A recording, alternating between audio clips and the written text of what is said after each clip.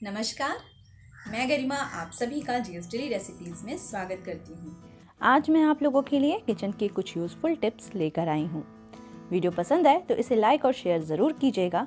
Channel पर नए हैं या अभी तक मेरे चैनल को सब्सक्राइब नहीं किया है तो प्लीज़ इसे सब्सक्राइब कर लीजिए। तो चलिए वीडियो स्टार्ट करते हैं। अक्सर ही जब हम प्रेशर कुकर में दाल बनाते हैं तो कुकर की सीटी के साथ बहुत सारा दाल कुकर से बाहर आ जाता है। ये समस्या बहुत ही आम है।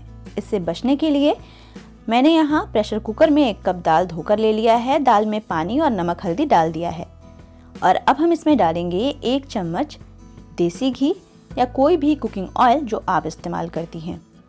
इसके बाद कुकर के ढक्कन को बंद कर देना है और अब इस दाल को गैस पर पकने के लिए रख देना है।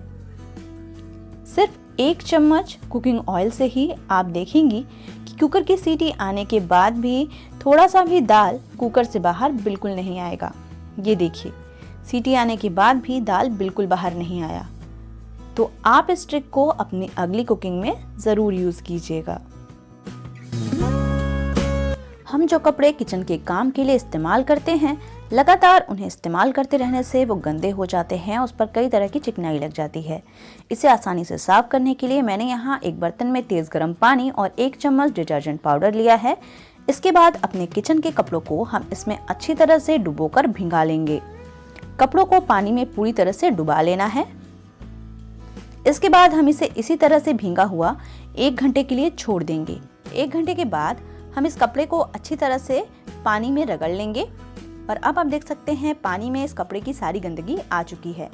और अब इस कपड़े को हम साफ पानी से अच्छी तरह से धो लेंगे।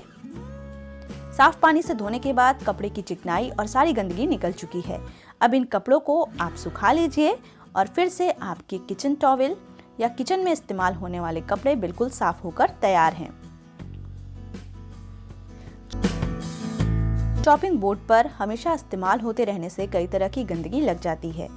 इन सभी गंदगी को बिल्कुल आसानी से साफ करने के लिए मैंने यहाँ थोड़ा सा नमक और इस तरह से आधे नींबू का रस इस पर डाला है और इसी नींबू के छिलके से हम इसे रगड़ते हुए साफ कर लेंगे। इससे बहुत ही आसानी से जो भी चॉपिंग बोर्ड पर गंदगी होती है साफ हो जाती है। लेकिन अगर फिर भी नहीं साफ हो रही है तो आपको फिर इसमें आधा चम्मच के ही करीब खाने का सोडा डालना है और फिर से उसी नींबू के छिलके से इसे रगड़ लेना है। बस इतना ही करने से आपका चॉपिंग बोर्ड बिल्कुल साफ हो जाएगा। ये देखिए, मैंने इसकी सारी गंदगी साफ कर ली है और अभी ये बिल्कुल साफ हो चुका है। चलिए इसे पानी से धुल लेते हैं। पानी से धुलने के बाद मेरा चॉपिंग बोर्ड बिल्कुल नए जैसा हो गया है। तो आप भी मेरी इस ट्रिक को ज़रूर ट्राई कीजिए।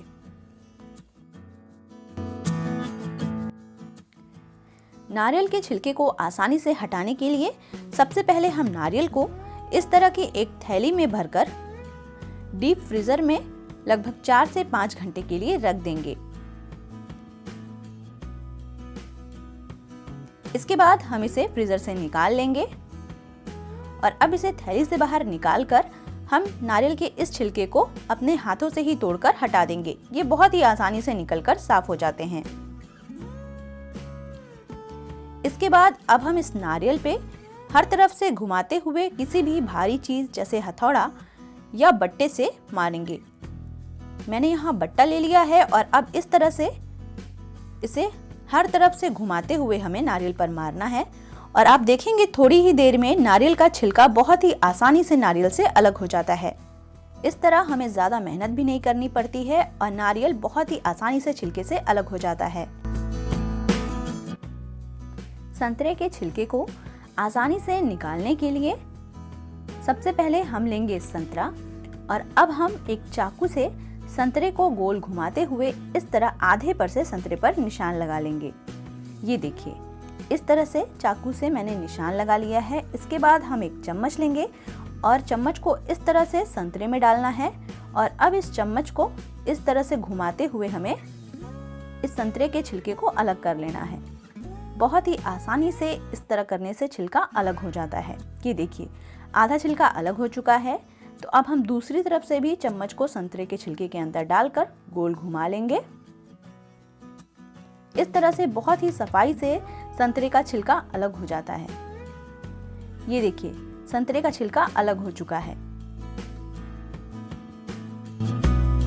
और अगर आप बार बार संतरा खाने से पहले उसको छीलने की झंझट से बचना चाहती हैं तो सबसे अच्छा तरीका है कि आप एक ही साथ सारे संतरे को छिलकर साफ करके रख लें।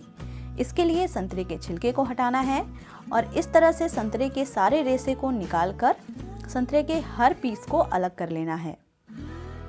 इसके बाद इन सारे संतरों को किसी भी जिपलॉक बैग में या किसी भी प्लास्टिक की थैली में एयरटाइट कंटेनर में भरकर आपको फ्रिज में स्टोर करके रख लेना है।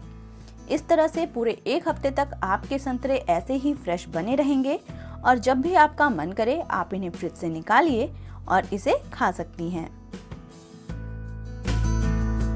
टमाटर के छिलकों को आसानी से निकालने के लिए सबसे पहले हमें लेना है टमाटर और उस पर इस तरह से क्रॉस का निशान लगा लेना है। ये देखिए, इस तरह से आपको निशान लगाना है। इसके बाद इन टमाटरों को तेज उबलते पानी में 25 से 30 सेकंड के लिए रख देना है। इसके बाद इसे गर्म पानी से निकालकर हमें बिल्कुल ठंडे पानी में 15 से 20 सेकंड के लिए छोड़ देना है। इसके बाद हम इन टमाटर को निकाल लेंगे और अब आप देखेंगे कि इस टमाटर पर से टमाटर का छिलका बहुत ही आसानी से अलग हो जाता है। ये देखिए कितनी सफाई से और आसानी से इस टमाटर के छिलके टमाटर से अलग हो जाते हैं। तो आपको जब भी टमाटर के छिलके उतारने हो इस ट्रिक को जरूर ट्राई कीजिए। घर पर बहुत ही आसानी से चिली फ्लेक्स बनाने के लिए आपको लेने हैं सूखे लाल मिर्च और इन्हें 1 से 2 घंटे के लिए तेज धूप में जरूर रख लीजिएगा, जिससे ये सारे मिर्च अच्छे से कड़क हो जाएंगे। इसके बाद इसके डंठल को अलग कर लेना है इस तरह से। ये देखिए धूप में रखने से मेरी मिर्च कितनी कड़क हो चुकी है और अब ये बहुत ही आसानी से पिस भी जाएगी। इन सभी मिर्च को हम लेंगे ग्राइंडिंग जार में और इसे हम मिक्सी के जार में रखने के बाद इस तरह से चलाकर फिर तुरंत बंद कर देंगे। इसे लगातार नहीं चलाना है, आपको थोड़ा चलाकर इसे तुरंत बंद कर देना है और बस 3 से 4 बार में ही आप देखेंगे कि आपके चिली फ्लेक्स बनकर तैयार हैं। अब आप इन्हें किसी भी डिश को बनाने में या उनकी गार्निशिंग में यूज कर सकती हैं। किसी भी तरह की दाल को अगर आप ज्यादा दिन तक स्टोर करना चाहती हैं तो सबसे पहले तो आपको इन दालों को रखना है एक एयरटाइट कंटेनर में। इससे आपके दाल ज्यादा दिन तक अच्छे बने रहते हैं, उसमें कोई भी कीड़े नहीं लगते हैं। और आप चाहें तो दाल में सूखी लाल मिर्च डालकर भी दाल को रख सकती हैं, इससे भी आपके दाल में कोई भी कीड़े नहीं लगते हैं। दूसरे ट्रिक में आप चाहें तो दाल में तेज पत्ता रख सकती हैं। ये ट्रिक आप किसी भी तरह की दाल के लिए यूज कर सकती हैं। और तीसरी ट्रिक में आप चाहें तो कुछ नीम के पत्ते अपने दाल में मिलाकर रख सकती हैं। इससे भी आपके दाल कई दिनों तक ऐसे ही रहेंगे। लेकिन सबसे ज़रूरी बात यही है कि अपने दाल को एयर टाइट कंटेनर में ही रखिएगा और दाल आपके कई दिनों तक ऐसे ही बने रहेंगे, उसमें कोई भी कीड़े नहीं लगेंगे। अगर आपके दाल में कीड़े लग गए हों या कीड़े लगना शुरू हुए हों तो सबसे अच्छा तरीका है, सबसे पहले आप अपने दाल को किसी बर्तन में निकालिए और उसमें जितने भी खराब दालें हैं उनको चुनकर अलग कर लीजिए और अब उस दाल को तेज धूप में 2 से 3 घंटे के लिए छोड़ दीजिए। इसके बाद इन दालों को हम एक एयर टाइट कंटेनर में ले लेंगे और इसमें थोड़ा तेज पत्ता मिलाकर इसे रख देंगे। इससे दाल कई महीनों तक बिना कीड़ों के रहेंगे। आप चाहें तो तेज पत्ता की जगह चक्री फूल भी दाल में मिलाकर रख सकती हैं। कुछ नहीं तो आप कुछ सूखी लाल मिर्च अपने दाल में मिलाकर रख दें। इन सभी मसालों से भी दाल में कीड़े नहीं लगते। लेकिन सबसे ज़रूरी बात कि दाल को आप किसी एयर टाइट कंटेनर में ही रखें, इससे दाल लंबे समय तक कीड़ों से बचे रहते हैं। अक्सर ही जब हम आलूओं को काट कर रख देते हैं तो कुछ समय बाद आलू काले पड़ने लगते हैं। अगर आलू को काले पड़ने से आप बचाना चाहती हैं तो मेरी ये ट्रिक आपके ज़रूर काम आएगी।